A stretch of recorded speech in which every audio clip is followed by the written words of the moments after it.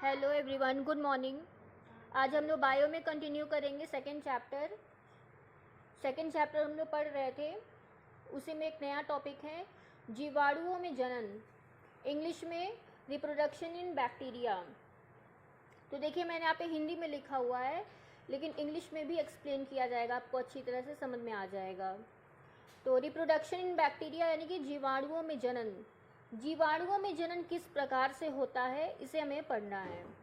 तो देखिए जीवाणुओं यानी कि बैक्टीरियाज में लैंगिक जनन तो होता नहीं है, यानी कि सेक्सुअल रिप्रोडक्शन इनमें नहीं होता है। जीवाणुओं में बैक्टीरियाज में इनमें क्या होता है, अलैंगिक जनन होता है, यानी कि एसेक्सुअल रिप्रोडक्शन इनमें होता है।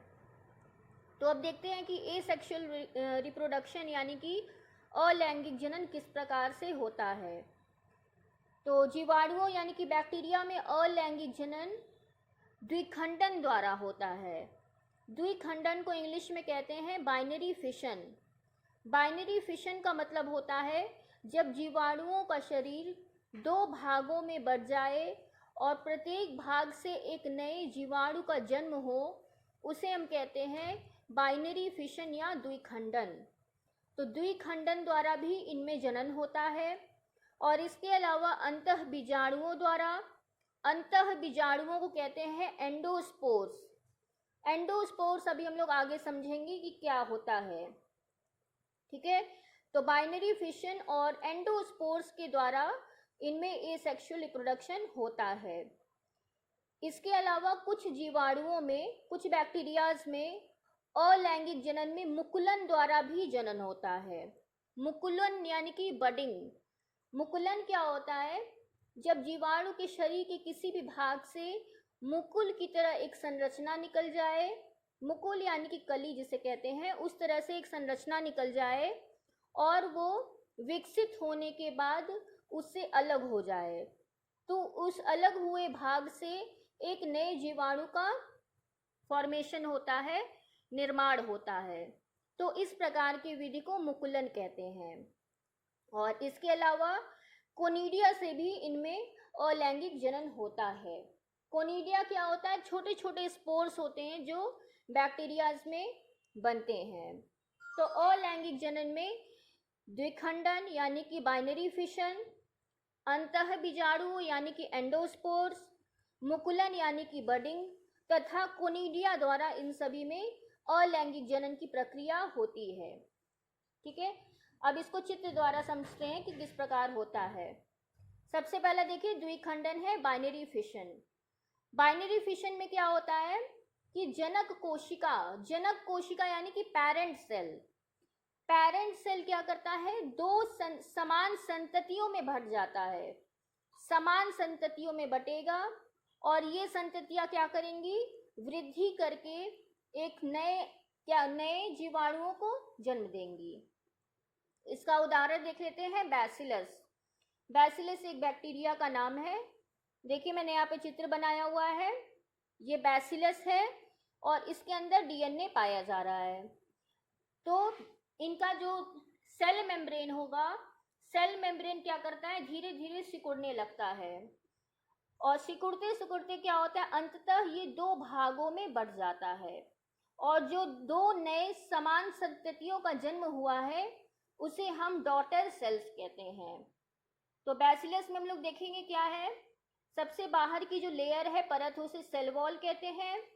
इसके बाद इसके अंदर एक और परत है जिसे सेल मेम्ब्रेन कहते हैं और अंदर डीएनए पाया जाता है।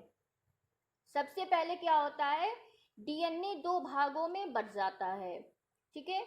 डीएनए दो भागों में बट जाता है। इसके बाद इसका जो सेल मेम्ब्रेन होता है वो संकुचित करके दो भागों में बट जाता है और दोनों समान कोशिकाओं में अलग अलग डीएनए भी पाया जाता है। तो आप देख रहे हैं कि ये पेरेंट सेल है, ठीक है, ये पेरेंट सेल है यानी कि जनक कोशिका है। इससे दो समान संततियों का जन्म हो रहा है। संतति यानी कि डॉटर सेल्स का जन्म हो रहा है। तो एक से दो जंतुओं का निर्माण हो रहा है, इसीलिए इसे हम द्विखंडन यानी कि बाइनरी फिशन कहते हैं।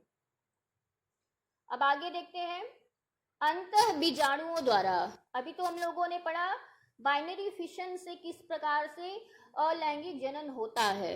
अब अंतः बीजाणु यानी कि एंडोस्पोर द्वारा किस तरह से जनन होता है।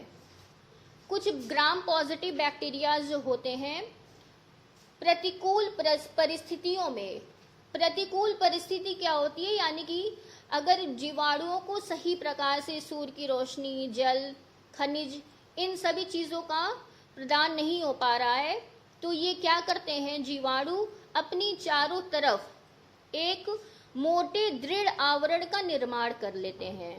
यानी कि ये जीवाणु क्या करेंगे, अंदर की ओर एक आवरण यानी कि लेयर का फॉर्मेशन कर लेंगे, और उस लेयर को हम लोग सिस्ट भी कहते हैं।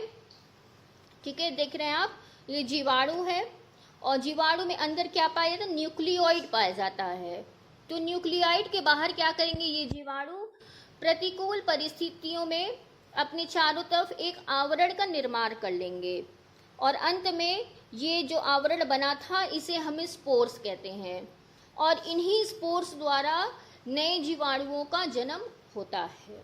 तो इस प्रकार से दो प्रकार के हम लोगों ने अलैंगिक जनन पढ़े, द्विखंडन यानी कि बाइनरी फिशन, और दूसरा है अंतः बीजाणु यानी कि एंडोस्पोर फॉर्मेशन द्वारा।